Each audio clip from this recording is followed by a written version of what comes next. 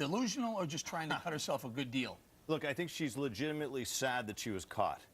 And I think the tears are probably real for that reason. And a lot of this goes back to unresolved, trust me, conflicts from childhood or young adulthood or whatever, where somebody's got their hand in the cookie jar and she's done it again. And she's been caught and she's going to be punished, and she doesn't want to be, and I understand that. But there's no way that someone of that intelligence cannot know that an assistant city manager is not supposed to make $500,000 a year. Yeah. And she said it. She said, let's steal their money. That's it. Just apologize. I mean, look, she was cashing the checks every 2 weeks, right? She knew how much she was making. Now she claims, well, I didn't know. I was only there to help people. Come on. Hey, Lamont Hill, and one thing that gets left out of this story time and time again, and we've noted it here, these three Democrats, boy, it's relevant to me. Should it not be?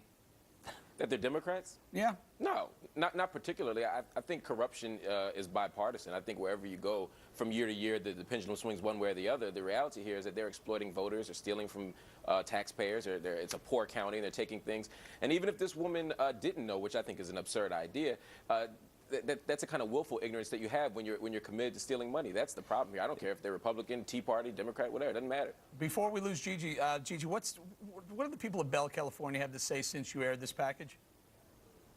Well, the people of Bell, California, understandably, are very angry, and Angela Spacha says she knows they're angry. And with regards to that email, the pig and hot comment, she says that her and the police chief, they've been friends for 30 years. She was actually brought in to negotiate the benefit part of his contract, and she says that evidence will show that she negotiated him down and not up. He asked for the world, and he says that he did not get it. Please, hold on, last word, Dr. King. Last word is this. You have to understand that liars like this woman are not so good at crafting lies that pass muster with us. Just like Scott Peterson would say of his missing wife Lacey, whom he had killed, oh, I'm out leading the search. And you'd say, well, wait a sec, this doesn't seem credible. He's not crying. He's not.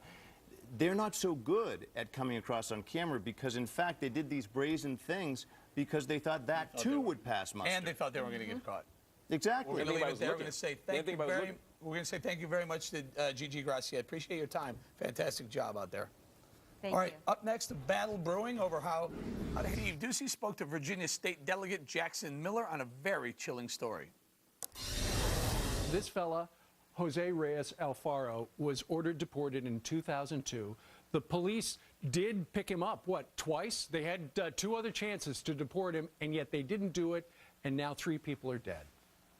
Correct, and that's where state and local governments have to start casting the net wider, have to start doing a better job of screening everyone we arrest. Now, despite Mr. Miller's call for increased awareness over illegals, healthcare officials are going the other way. Arizona Senate Bill 1405 check citizenship status of patients before admitting them for non-emergency reasons. Many are protesting the move. I'm going to bring it out to Dr. Keith. What do you think of this? Checking the status, non-emergency. We need to point that out. Right. Yeah. Well, here's what I like better. First of all, I don't think it should be for kids. So the kids shouldn't be involved in this. So if it's child seeking services, you get your services. For an adult, I think that the status should be checked, the care should be rendered, and then you should be reported as illegal. I think it's a wonderful idea, not just for illegal immigrants, but in fact for anyone with an outstanding warrant. Let the hospitals, because this is where people tend to need to go, let them check for outstanding warrants or illegal immigrant status. Let me get my lefty in here, liberal Marc Lamont Hill. What do you think of this idea? I think it's a bad idea, and I think it serves as a Band-Aid, almost as a patch for a more fundamental problem.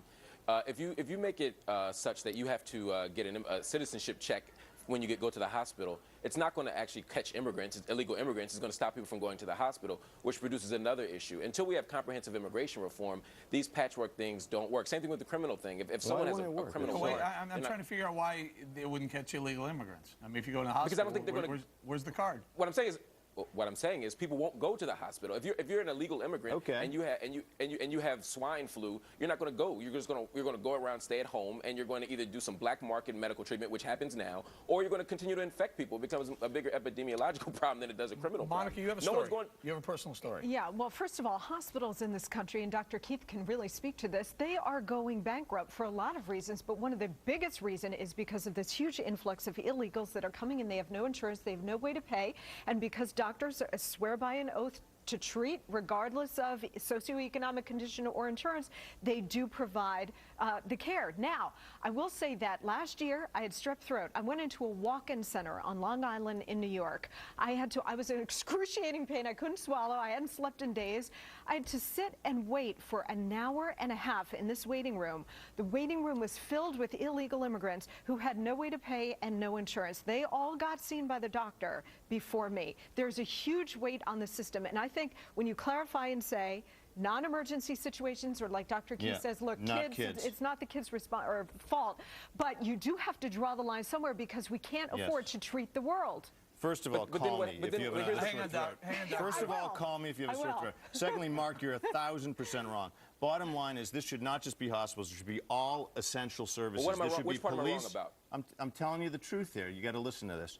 This should be police, firefighters. There should be all services provided by our government to its citizens. Not that you wouldn't render the service, but if you want to participate, you have to be checked for your status. If you are illegal, it will be reported after you receive your services.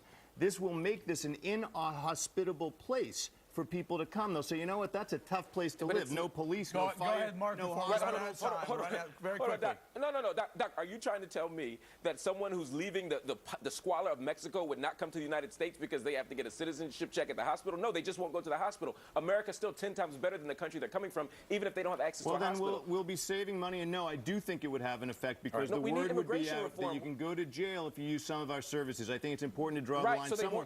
Mark, you don't want to draw the line anywhere. Good discussion, but we're going to have to leave it there. Immigration reform. It's an honest show. Lamont Hill, we love you, but next time we need you here, right on set. We're going to leave it there. Come on in. Thank you to Marc Lamont Hill for joining us. Up next.